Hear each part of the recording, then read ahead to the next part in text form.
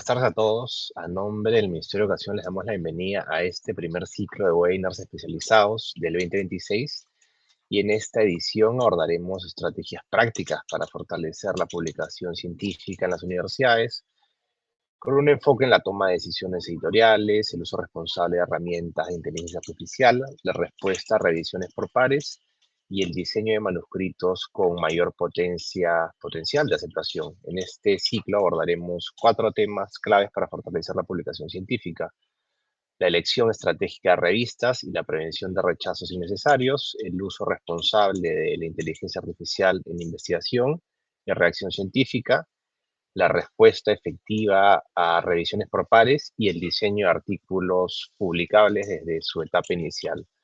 Como ya lo hemos mencionado antes, desde el Ministerio de Educación seguimos apostando por una educación universitaria de excelencia y este espacio busca convertirse en un canal para cumplir con ese objetivo, promoviendo capacidades para una producción científica de mayor calidad e impacto. Mi nombre es Fernando Aguilar y soy especialista de comunicaciones de la Dirección General de Educación Superior Universitaria del Ministerio de Educación.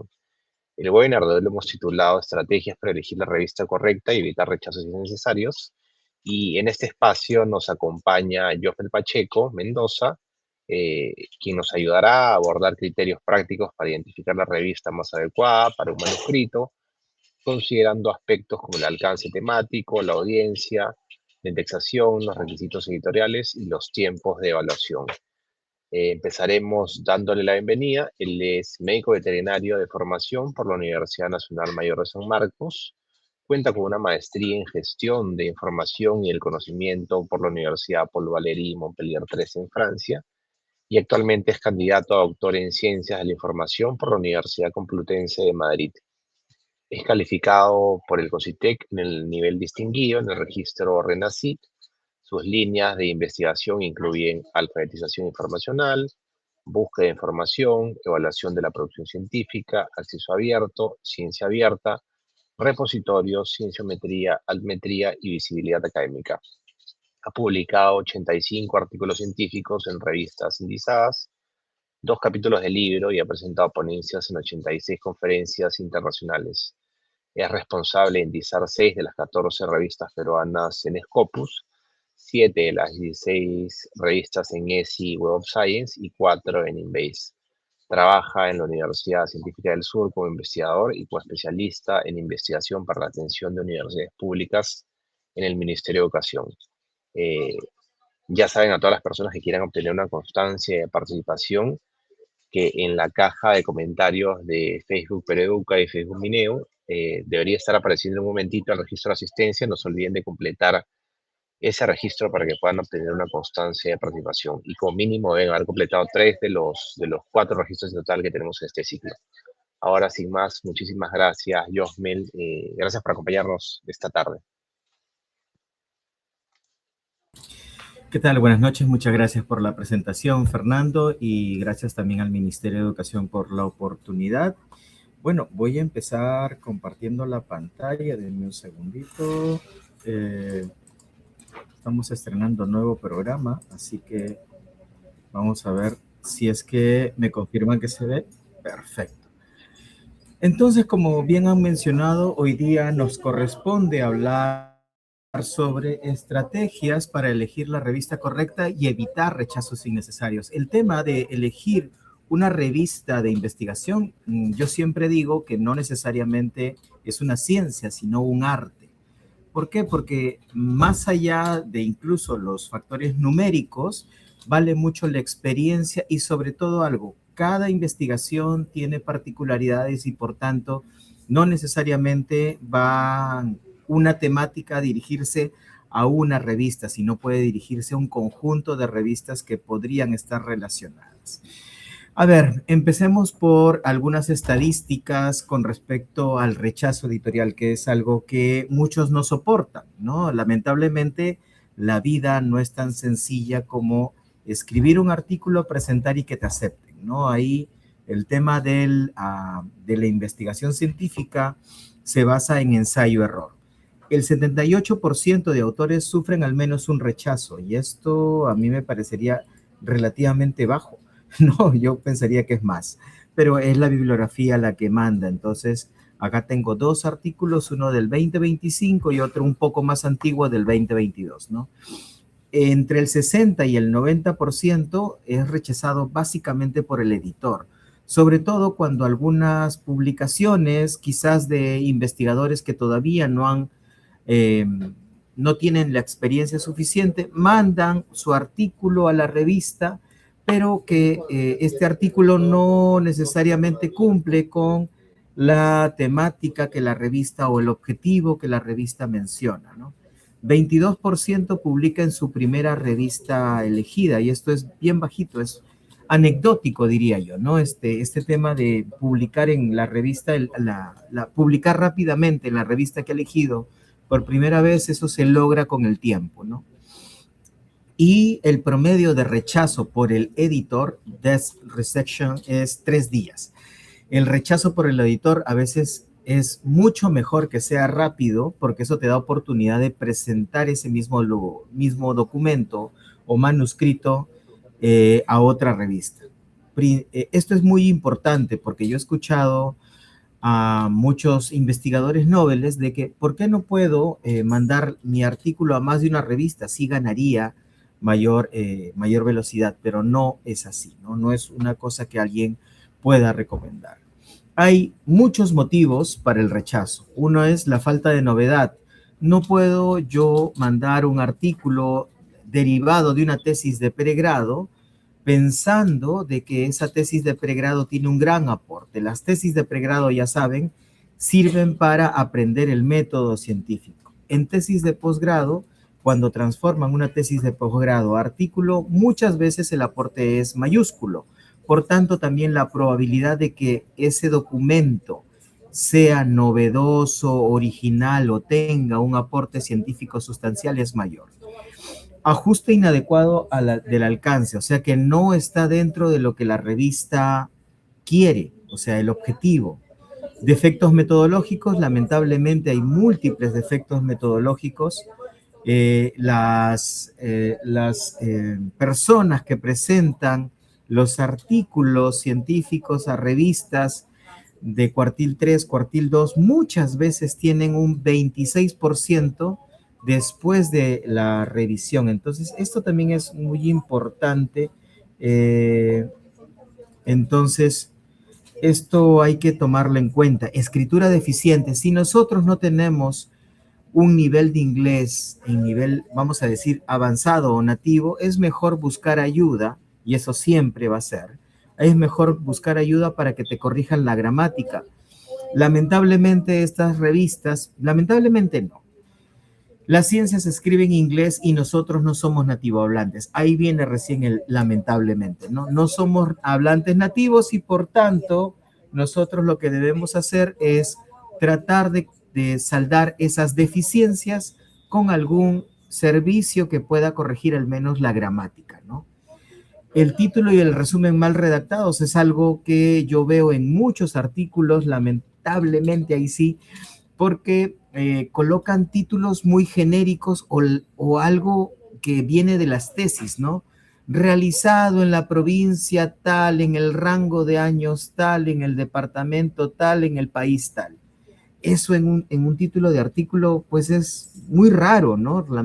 Eso es como que no deberíamos cultivarlo ni siquiera en las tesis, pero entiendo que muchas universidades tienen esa costumbre. Conclusiones no respaldadas por datos. A veces las conclusiones son muy sentimentales, referencias obsoletas o incompletas, y aquí me he olvidado de aumentar inventadas, porque ahora obviamente la inteligencia artificial está es pan de cada día, y entonces no vaya a ser de que la referencia que tú supuestamente has colocado ni siquiera exista, ¿no? Incumplimiento de instrucciones para autores, aunque no crean. Esto es algo básico, bastante básico, pero muchos investigadores ni siquiera leen las instrucciones para autores. Si la revista dice que presentes los títulos en letra 40, los subtítulos en letra 25, yo tengo que hacer caso a lo que dice la revista. No, pero yo tengo 20 años trabajando en esto y siempre lo he presentado de una forma. Al momento la revista te va a decir está presentado en un formato que nosotros no hemos indicado, ¿no? Estoy yendo a un extremo, por si acaso. Problemas éticos, datos inventados, fabricados, no tienen el documento del comité de ética. Ese tipo de cosas son básicas, pero que algunos investigadores no lo toman en cuenta, ¿no? Y bueno, como último punto, plagio, salami slicing o publicaciones salami, donde dicen, en vez de publicar un solo artículo que concentre todo, voy a publicar un artículo voy a publicar 3 artículos con la parte 1, parte 2 y parte 3. Eso en los 90 era algo bastante común, pero ahora ya no se ve bien porque en los 90 había problemas de espacio, o sea que una persona quería publicar algo y a veces tenías el límite de hojas físico. Ahora tenemos pues lo digital, ya nadie compra equipos para imprentas, por ejemplo, para una revista. Los fondos editoriales han vuelto digitales y por tanto el partir un artículo en 3 ya no es algo que se pueda justificar de alguna forma, ¿no? Por eso le llaman salami slicing o publicación salami, para traducirlo de alguna forma. Hay múltiples criterios clave. Por ejemplo, hay que revisar los últimos 2 años de las publicaciones, ¿no? Desde una revista analizo los últimos 2 años. Si esa revista publicaba 20, 20, 20 y de la nada publica 200, sospechosa. El 80% de rechazos es por el objetivo o el formato. Eso también hay que tomar en cuenta. Si mi publicación es sobre nefrología, para hablar sobre medicina, y yo lo mando a una revista de salud pública, evidentemente me lo van a rechazar, ¿no? El tema de las métricas bibliométricas hay que tomarlo con pinzas, porque no es que tenga que hacer caso al número. Lo que tengo que hacer caso es, esta revista tiene SiteScore, tiene Simago Journal Rank o tiene factor de impacto. ¿Por qué?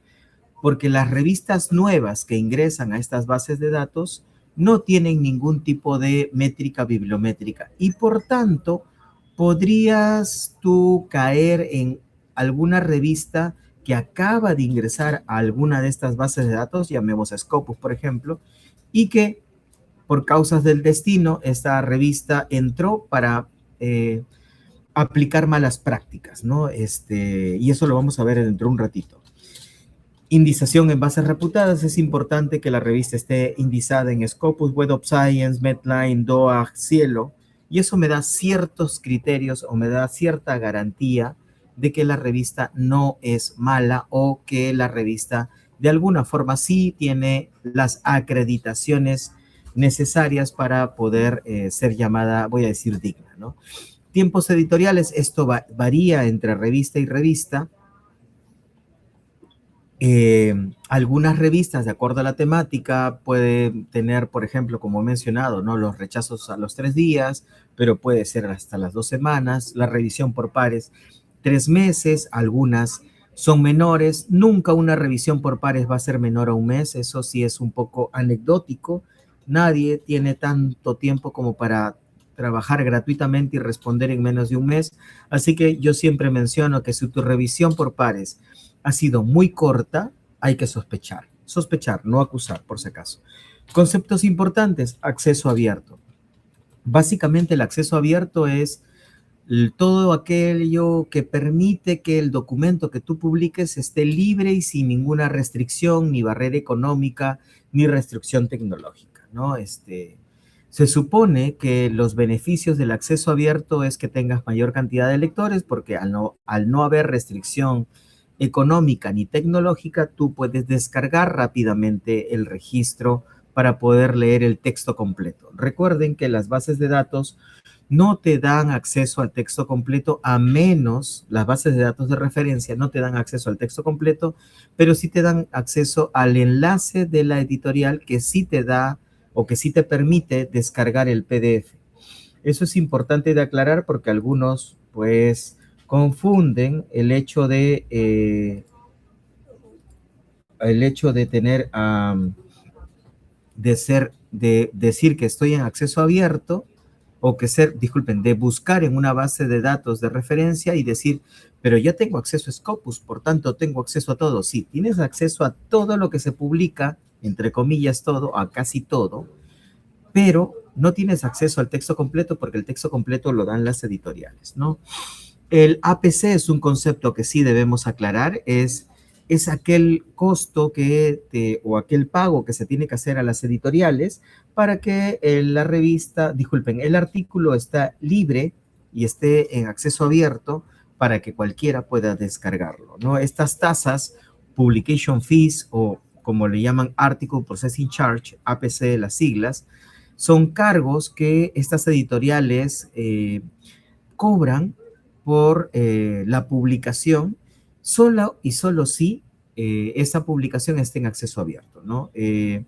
Ojo, que estas tarifas no necesariamente deben ser pagadas, por si acaso. Estas tarifas son optativas para revistas híbridas, así que es muy importante que cuando un docente reclame a una universidad el pago de APC, hay que tomar en cuenta algo. Este docente ha hecho la búsqueda efectiva de su revista, no sea obligatoriamente de acceso abierto, a menos que la universidad exija obligatoriamente que se publique en acceso abierto, ha hecho una selección de revistas híbridas y de revistas Gold, que son las doradas. ¿Por qué? Porque no puede ser posible de que yo dentro de mi trabajo como docente exija a mi empleador / universidad que me pague el APC si es que hay un conjunto de revistas igual de importantes, igual del mismo cuartil, donde yo podría publicar y que no es obligatorio pagar el APC. Hay un poquito de desconocimiento y eso lo voy a tratar de aclarar. Existe dentro de los costos de APC una opción que se llama waiver. El waiver es la exoneración o la exención de cargos o del pago de APC. Normalmente está accesible a los países en vías de desarrollo, renta media alta, renta media baja, dependiendo cómo se clasifiquen. Yo entiendo que ahora ya no se dice en vías de desarrollo. Y básicamente lo que hacen estas editoriales es, si tú eres un país del grupo tal, pagas la mitad, tú eres del otro grupo, pagas el 75%, o si eres de cierto grupo, no pagas nada, ¿no? Y es importante que estas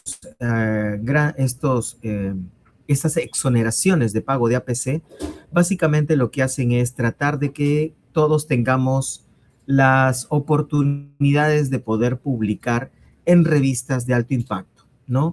O sea, ¿qué significa eso? Que no necesariamente el que yo quiera publicar en una revista de cuartil 1 estoy obligado a pagar APC, no. Yo puedo publicar o tratar de publicar en una revista de cuartil 1, siendo una revista del cuartil 1 híbrido, ¿no? Revista híbrida, y también podría escoger una revista Gold o de acceso abierto dorado.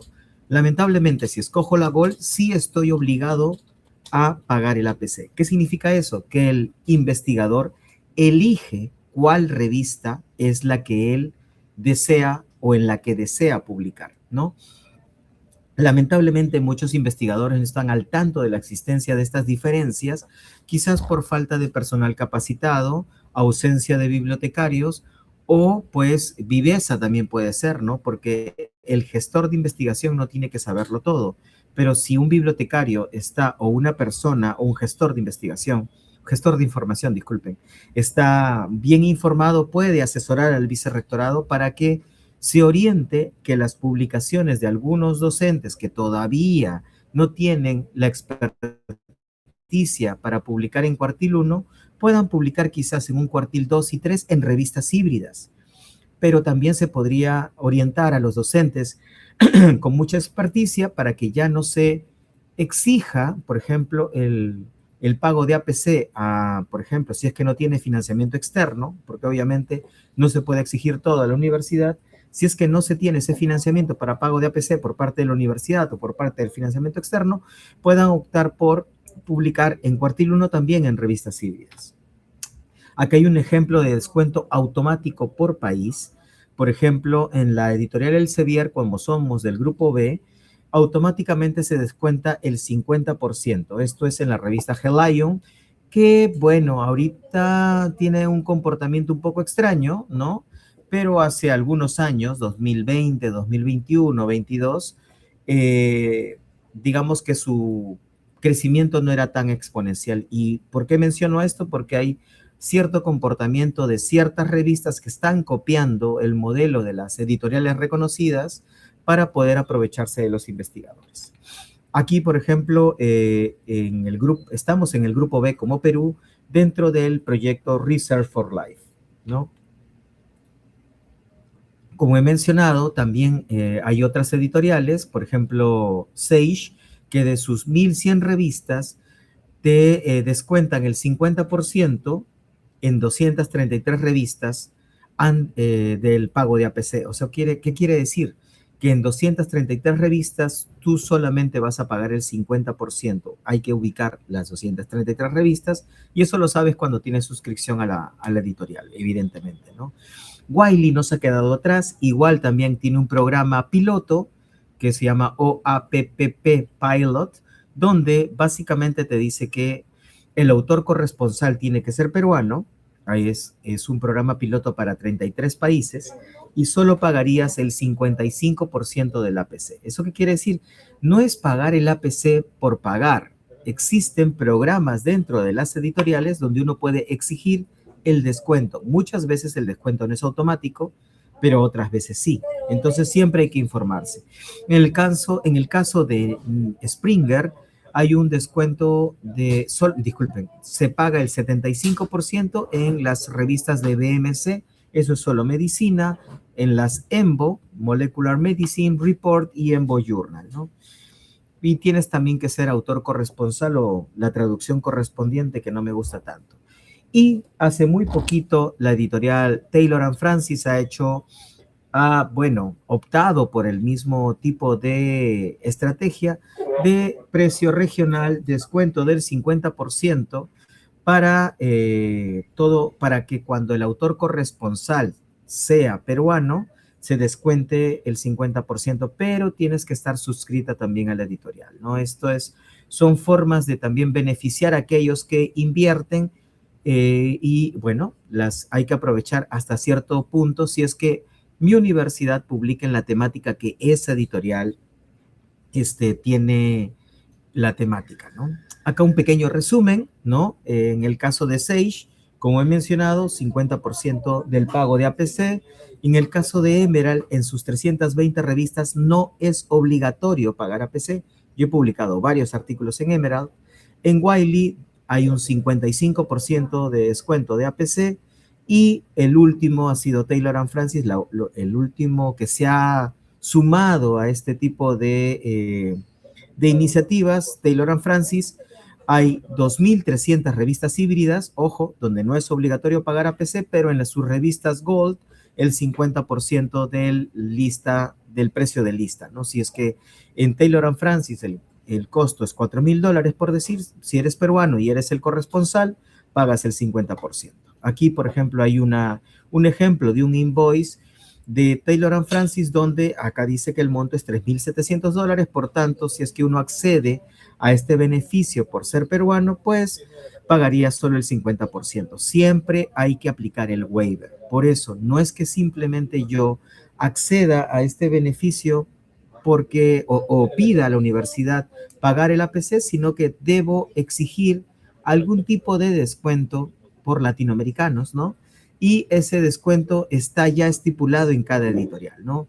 Algunos, bueno, yo siempre trato de acceder al waiver, incluso como trabajo con alumnos dentro de las investigaciones, transformando algunas tesis o investigaciones de los alumnos, yo siempre trato que el alumno sea primero, por ejemplo, y a partir de eso que el alumno mande un correo con una carta, yo le digo carta lacrimógena, donde el alumno diga que es su primer artículo, que está de alguna forma iniciando su carrera en investigación y que es de un país de renta media alta. Muchas veces las editoriales responden diciendo de que va a tener un descuento aparte del waiver que estoy hablando, ¿no?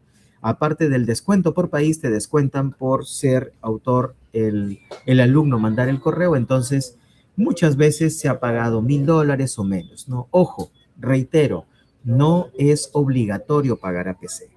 yo menciono que de los 85 artículos que he publicado, solo la universidad, yo no, porque uno no paga el APC, la universidad en las que he trabajado han pagado 3 o ahorita 4 creo, 4 APCs de 85 artículos, o sea que no es obligatorio.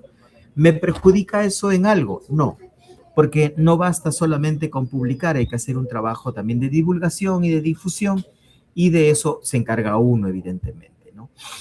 Ahora, aparte del waiver, las editoriales han optado también por un trabajo de dividir los precios, ¿no? Entonces te dicen, aparte del APC, que sí aplica el waiver, tenemos componentes adicionales o cobros adicionales, Manuscript Development Charge, así le llaman, que son costos menores, pero igual te descuentan el 50% del APC, por ejemplo, pero te cobran esos otros montos, ¿no? Que pueden ser simplemente por edición del artículo, ojo, no es en el 100% de editoriales, algunas editoriales son las que cobran, o algunos lamentablemente, y no sé por qué caen en este trabajo de costos de mejoramiento de artículo. No es necesario, no es necesario.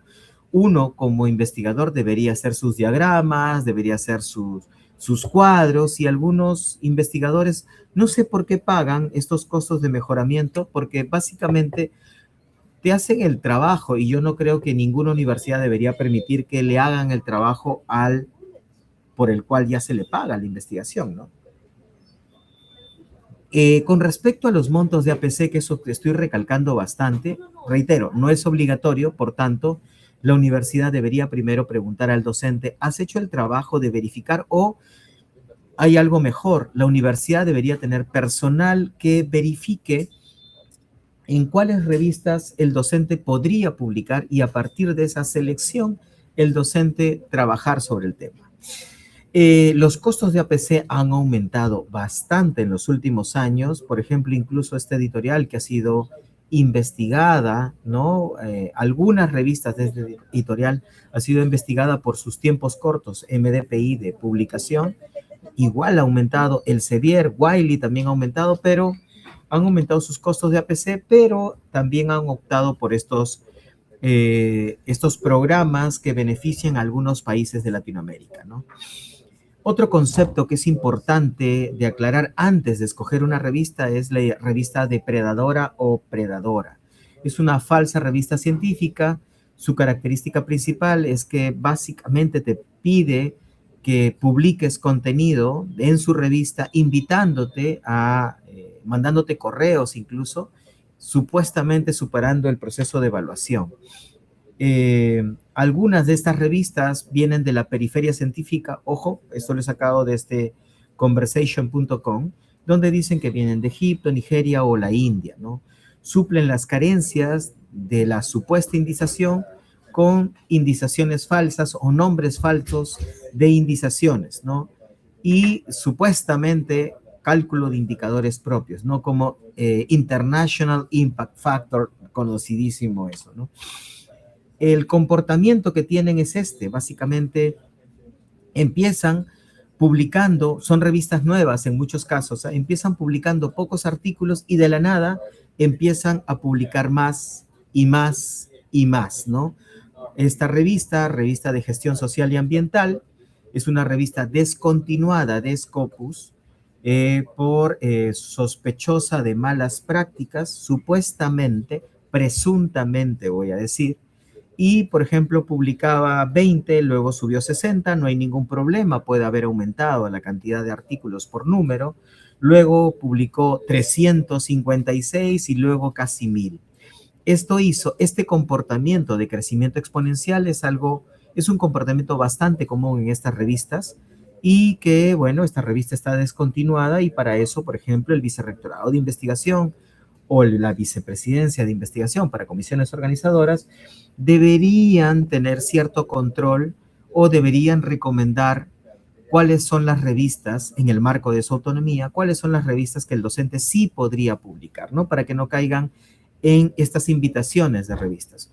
Ejemplos de revistas descontinuadas en Scopus: Human Review, que fue descontinuada creo que el año pasado, el anteaño pasado, pero lo que hace el Sevier, que es quien gestiona Scopus, En algunos casos, cuando la revista ya es un poco exagerada en las faltas o en las fallas que ellos detectan, eliminan algunos números. En este caso sale hasta el 2023, tiene artículos, pero creo que fue eliminada el año pasado, o sea, 2025. En este caso, European Public and Social Innovation Review, otra revista que ya se sabía desde hace bastante tiempo como sospechosa por su crecimiento, fue retirada este año, descontinuada. Otra, RISTI, ampliamente conocida por la cantidad de artículos que publicaba y que en Cielo tenía un número, pero en Scopus tenía como 10 veces más por sus números especiales. Sospechen siempre de los números especiales. Recuerdo que fue retirado el año pasado, pero eliminaron todos los artículos sospechosos y se quedaron algunos hasta el 2024, ¿no? Ojo que estoy hablando de revistas descontinuadas por Scopus/Elsevier, ¿no? Tengan cuidado, siempre hay que hacer monitoreo de este tipo de revistas donde las revistas tienen un número estable de artículos y de la nada empiezan ese crecimiento exponencial o crecimiento exagerado que hace que lamentablemente los investigadores caigan en publicar en estas revistas y luego la revista es retirada y toda la inversión de la universidad se pierde, ¿no? Ojo, que Concitec va a hacer una nueva evaluación, eso es lo que anunció en la última reunión, va a ser una nueva evaluación de los investigadores y evidentemente se espera que todas aquellas publicaciones que están en estas revistas descontinuadas también tengan cierto impacto en su calificación, ¿no? Evidentemente uno puede publicar quizás, ¿no? En un artículo, en una revista que ha tenido malas prácticas, pero sería muy sospechoso publicar muchos artículos en esa misma revista. ¿Por qué publicar en la misma revista? No es una buena práctica, ¿no? Evidentemente hay algo sospechoso ahí, ¿no? Es amigo del editor. ¿Cómo haces para que te reciba muchos artículos si hay tantas revistas, ¿no? Y acá pongo la evidencia. Hay opciones abrumadoras, hay 80,000 revistas indizadas en Web of Science, Scopus. Básicamente hay demasiada variedad de revistas, sobre todo ahora en educación, ¿no? Y en medicina hay muchas más, ¿no? Hay una preocupación por la calidad. No todas las revistas son iguales y es por eso que es muy importante escoger cuál es la revista más importante o que calza para que mi artículo sea publicado ahí. Hay que separar la paja del trigo, por eso que es por eso que es muy importante que se cuente con personal capacitado que pueda apoyar a los docentes si es que el docente no tiene esta capacidad todavía por ser un investigador Nobel. Hay que estar actualizándose con respecto a las directrices de cada revista, porque no puede ser posible. Si yo publiqué en una revista hace 2 años, lo más probable es que sus directrices hayan cambiado en los últimos años. ¿Por qué? Porque ahora ya no se permite tanto el uso de la inteligencia artificial o la cantidad de, o las referencias, de repente es un poco más estricto en la cantidad y calidad.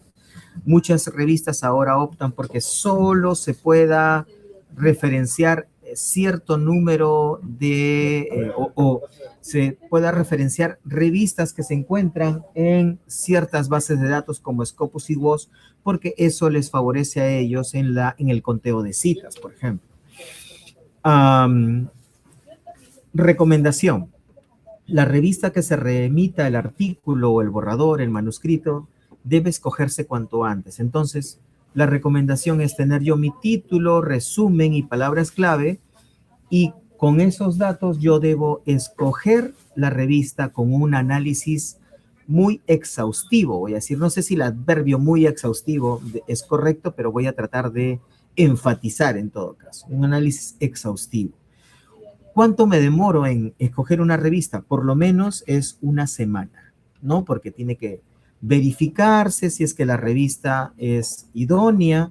Luego de eso, a partir de eso, seleccionar de toda la selección, separar las que son sospechosas de ser predatorias o las que ya no están en Scopus o son descontinuadas, ¿no? Por eso yo digo que la selección de revista no es una ciencia, es un arte, entonces no es un proceso completamente estructurado. Hay muchas vías del poder escoger, por eso algunos docentes, algunos investigadores escogen estas revistas en base a, por ejemplo, su experiencia previa y otros lo hacen eh, por ejemplo, recomendaciones de algunos colegas o en base a un análisis certero a partir de un especialista en investigación. Ser llamado especialista en investigación no es cualquier cosa, por si acaso. Hay que tener experiencia en ello, publicando, gestionando proyectos, gestionando investigación, en búsqueda de revistas, buscando información. No es tan sencillo, ¿no? Uno de los tantos aspectos a considerar que he tratado de seleccionar es el hecho de la visibilidad. ¿Qué tan conocida es esta revista? Ojo, una cosa es conocida y otra cosa es reconocida, ¿no? Las revistas descontinuadas son muy conocidas, pero no voy a publicar en una revista descontinuada, ¿no? A veces uno escoge por la agilidad editorial. ¿Cuánto tiempo se demora la revista en responder? Esa sí es una de las cosas que yo opto por tomar en cuenta, aunque es una información que no es tan pública. Lo que se hace es analizar los últimos artículos que se han publicado y sacar un promedio de el tiempo que se demora el editor en responder o la revista en publicar, ¿no? A veces las áreas lingüísticas, culturales o geográficas pueden ser factores limitantes, ¿no? Oye, pero este artículo no me interesa publicarlo en inglés. Es decisión de cada investigador optar por el idioma. Mi decisión siempre va a ser publicar en inglés porque el 90% de la ciencia se publica en inglés y solo un 1% se publica en español. Por tanto, si yo estoy buscando que lo que yo haga tenga impacto, lo más probable es que, o la mejor opción es que publique en inglés para que tenga una mayor población de lectura de mi documento, ¿no?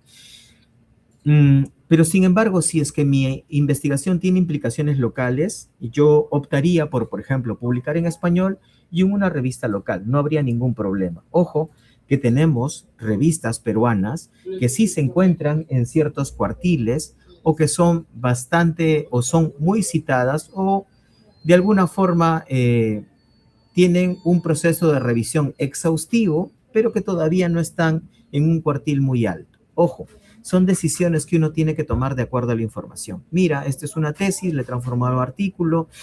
Es una información que ya está pasando del tiempo, ya no creo que deberíamos demorarnos tanto. Voy a publicarlo en una revista latinoamericana, para no decir local, en español, y voy a optar por alguna revista de cielo que sus tiempos, ojo que hay que analizar también eso, son como 700 revistas en cielo, creo que me estoy equivocando ahí. De esas 700 revistas tendría que revisarlas para ver cuál calza en mi temática y cuál demora menos tiempo. Ojo, que ese análisis no es tan sencillo, por si acaso, ¿no? No estoy diciendo que se publique localmente, sino regionalmente para precisar. Algunas revistas tienen algunos beneficios como el publicación temprana y de acuerdo al editorial, por ejemplo, Emerald le llama Early Access, Sage le llama Online First. Entonces, ¿y qué es lo que beneficia este tipo de publicaciones? Cuando yo, por ejemplo, publico en Sage y ya el número se ha cerrado, me dicen, ya, ok, tu artículo va a estar en Online First hasta que tengas un número. Sin embargo, como ya está publicado, digamos que voy ganando visibilidad hasta que tenga volumen y número. Eso lo saben muy bien los bibliotecarios. Las publicaciones previas o en prensa no tienen volumen y número, pero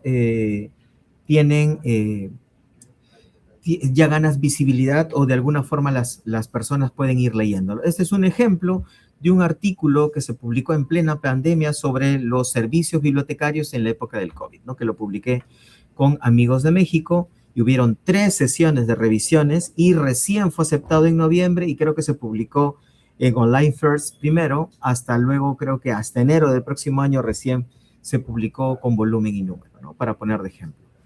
¿Cómo elegir una revista? Hay que optar por, mi país tiene descuento de APC, así como lo tiene Elsevier, Wiley, Sage o Taylor & Francis. La editorial da descuento si la universidad tiene suscripción, como Sage o Taylor & Francis.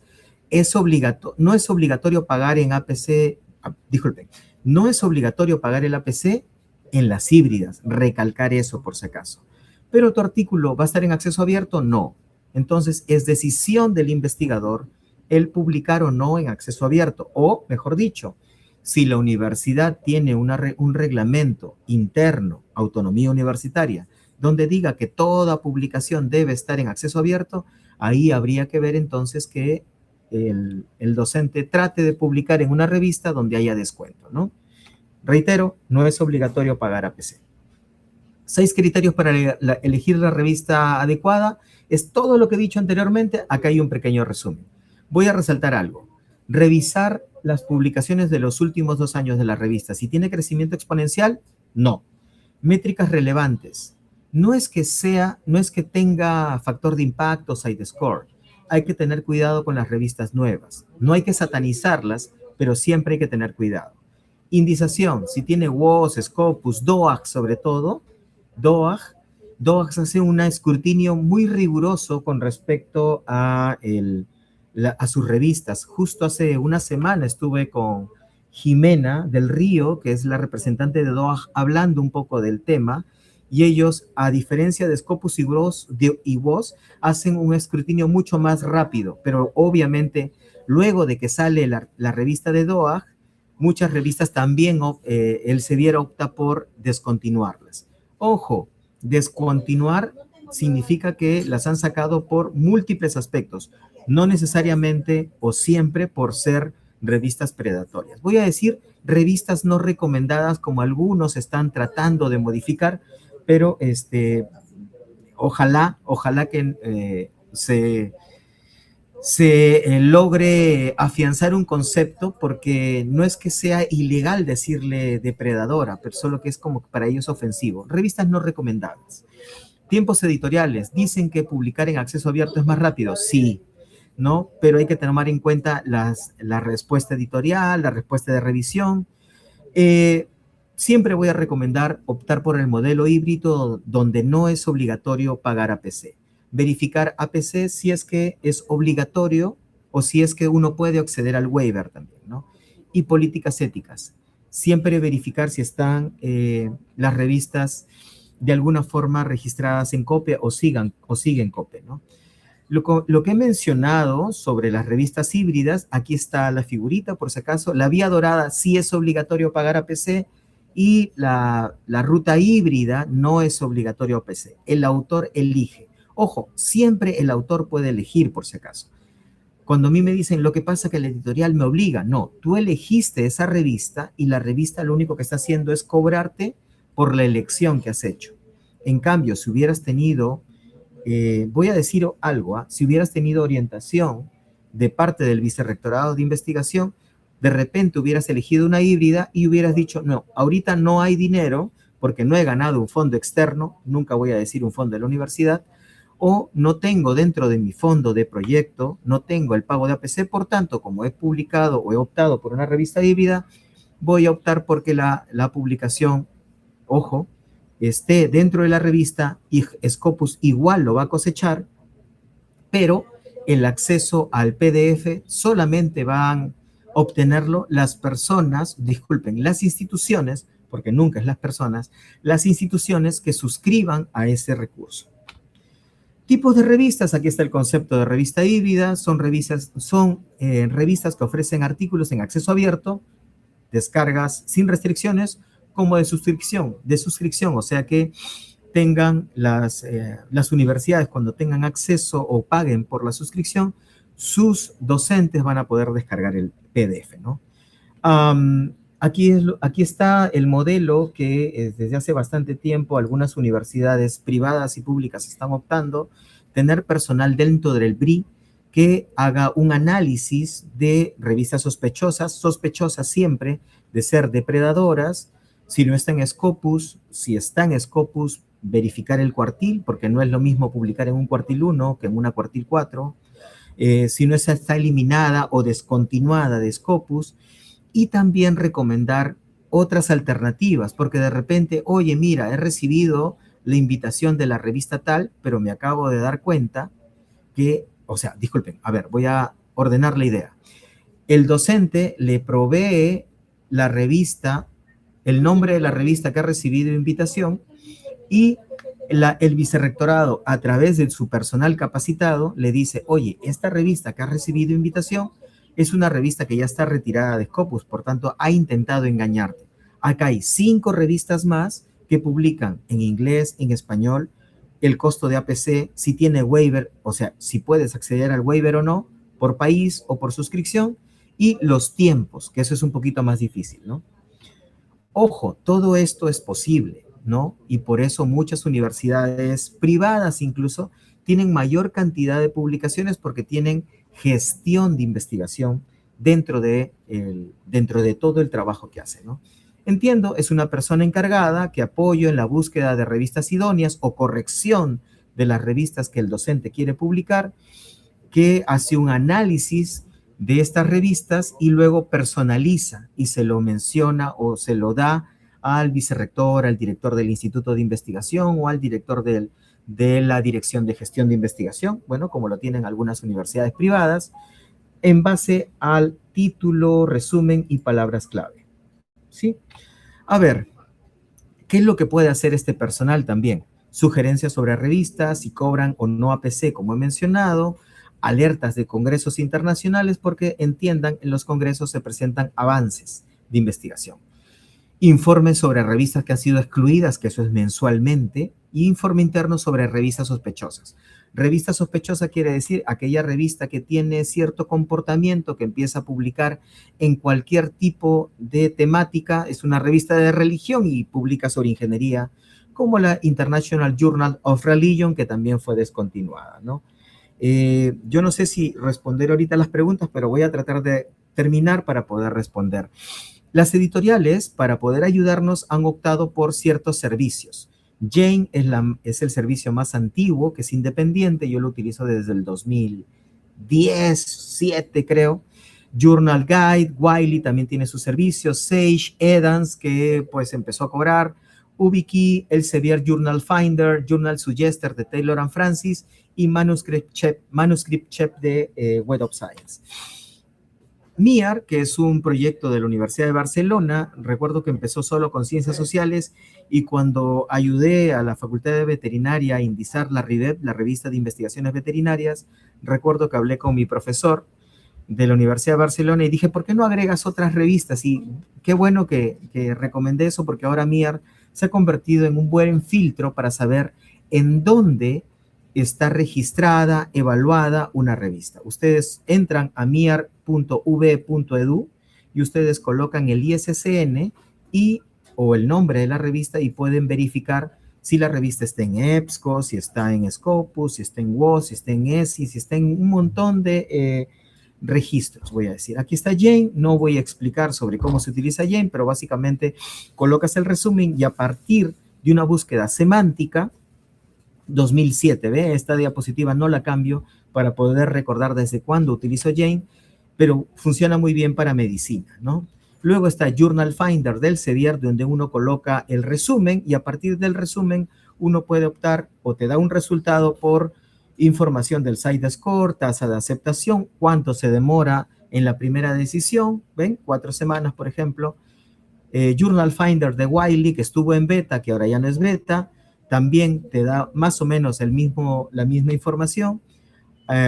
Auto Service de Taylor and Francis te dice incluso cuánto te cobra en el monto de APC para el tipo de documento. No es lo mismo el APC para un artículo que una revisión, que una carta, ¿no? O un comentario. Tú colocas el resumen y a partir de eso también te da este tipo de resultados, ¿no? Es importante aclarar que la gran deficiencia de estos buscadores es que solamente te recomiendan revistas de su editorial. Entonces, una sugerencia, usen todas las herramientas, esto lo van a tener ustedes. Journal Recommender de Sage, por ejemplo, también pones el título, las palabras clave y a partir de eso tú puedes filtrar y te da un conjunto de resultados por revistas de acceso abierto o revistas que solamente se pueden descargar por suscripción.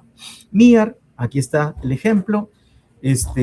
Uno coloca el ISSN o el título y a partir de eso te da un resultado. Tengo que colocar la revista de investigaciones veterinarias, un disclaimer, ¿no? Donde ahí te sale que la revista está en Cielo, está en Scopus, está en WOS, está en EBSCO, está en Latindex, entre otras, ¿no? Hay servicios que de algunas herramientas de acceso que usan inteligencia artificial, Trinca, por ejemplo, lo utilizo hace bastante tiempo, como 2 años, y tiene un servicio gratuito que es Journal Finder. Uno coloca ahí la información como el resumen y a partir de eso te recomienda un conjunto de revistas, por ejemplo, por factor de impacto, te da la cantidad de artículos por año, lo cual me ayuda o me da cierta información que me va a indicar si esta revista es o no sospechosa de ser predatoria también, por si acaso. Muchos optan por usar Simago, yo también lo uso bastante, coloco el nombre de la revista y a partir de eso Simago me arroja un conjunto de información como por ejemplo la temática.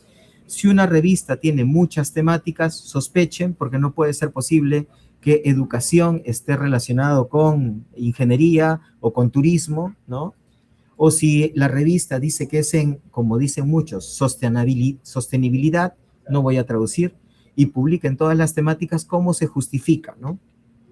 Lo bueno de Simago es que me da el valor del cuartil en colores, entonces yo puedo en una sola mirada saber en qué cuartil está y en qué temática, ¿no?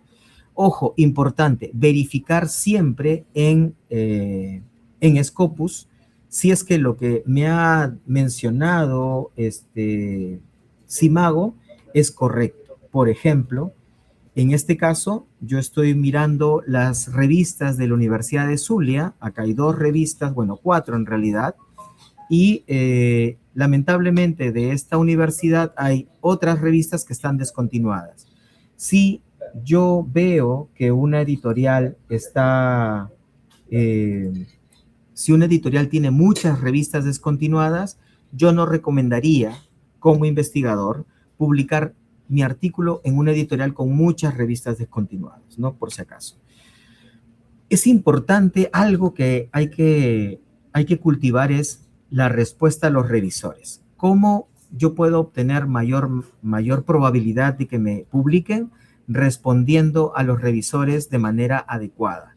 Siempre esperar 24 horas, no responder en caliente, estructurar la respuesta punto por punto. Ahí te tienes que reunir con todos los autores, citar cada comentario del revisor.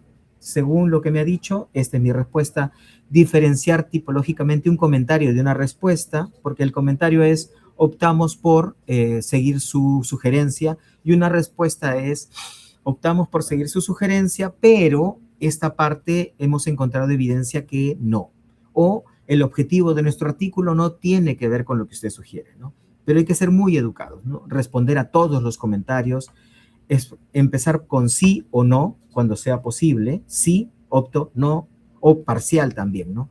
Mostrar exactamente dónde se hizo el cambio, página y línea, reflejar los cambios de la réplica, que así le llaman rebuttal, y en el manuscrito, fundamentar las discrepancias, y esta es la parte más tediosa. Cuando uno no está de acuerdo con el revisor, tienes que hilar muy fino. Ahí la recomendación es que mandes tu respuesta a un investigador que tenga más experiencia para que te recomiende cuál es la forma correcta del lenguaje, para que nadie se ofenda. Mantener tono cortés, importante, y si 2 revisores se contradicen, hay que exponer al editor, ¿no?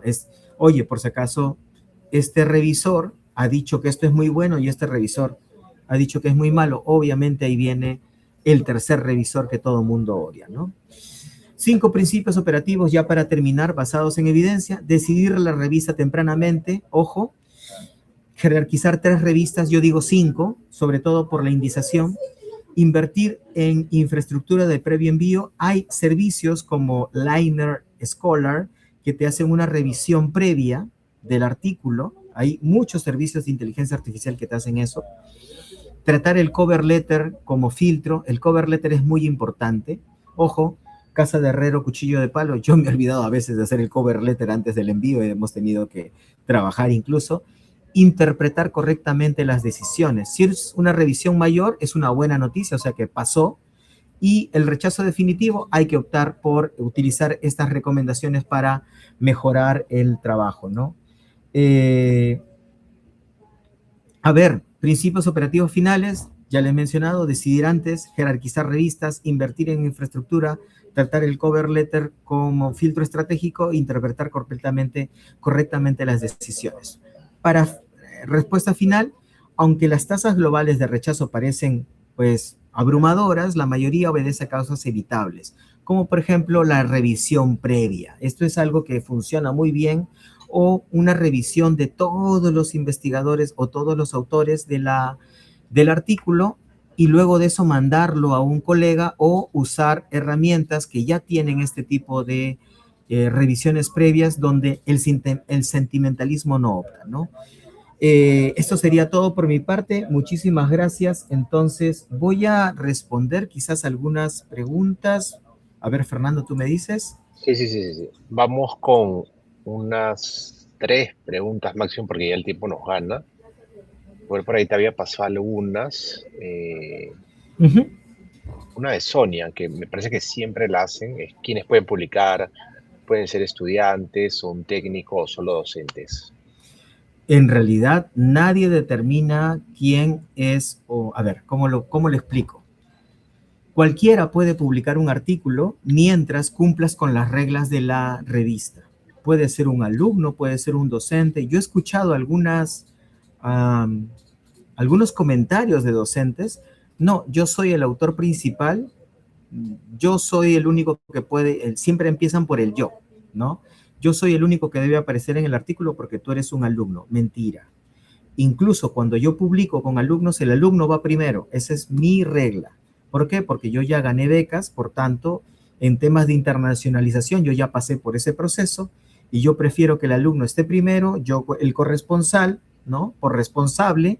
Entonces, cualquiera puede publicar artículos siempre y cuando se cumpla con las reglas éticas, cumplas con la regla de la revista, y la revista no mira el cargo de quien está dentro de la revista.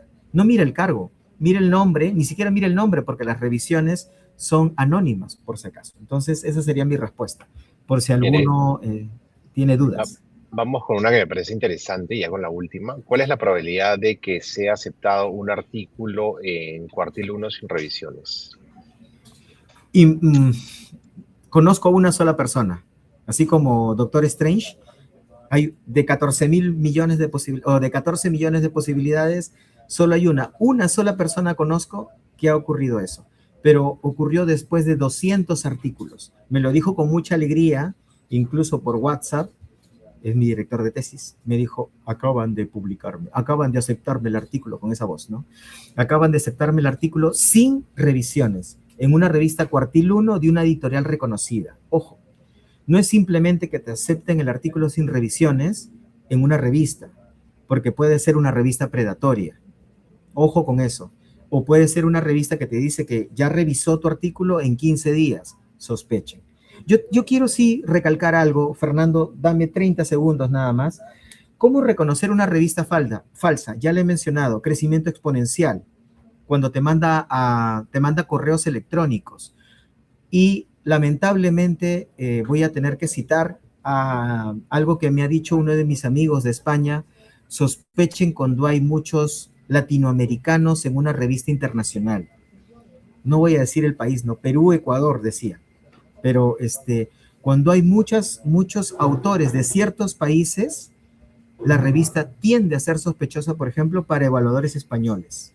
Eso es uno de los posibles filtros que les podría dar para evitar caer en revistas predatorias. He dado 3 ejemplos, o 4, de revistas que ya han sido descontinuadas de Scopus. Analícenlas, si quieren, ustedes mismos con su acceso a Scopus, y dense cuenta, ¿no?, de quién es realmente una revista digna. Muchísimas gracias, Josmel. Igual también a las personas que preguntan sobre las diapositivas, sí, la próxima semana vamos a estar compartiendo las diapos de hoy y nada, los esperamos el próximo martes, igual a las 6 de la tarde. Igual Josmel nos estará acompañando. Así que nada, muchísimas gracias a todos y todas y no se olviden de completar su registro de asistencia, que ya aparece el link correcto en Facebook Mineo y en Facebook Peruca. Muchísimas gracias y buenas noches a todos y todas. Hasta luego.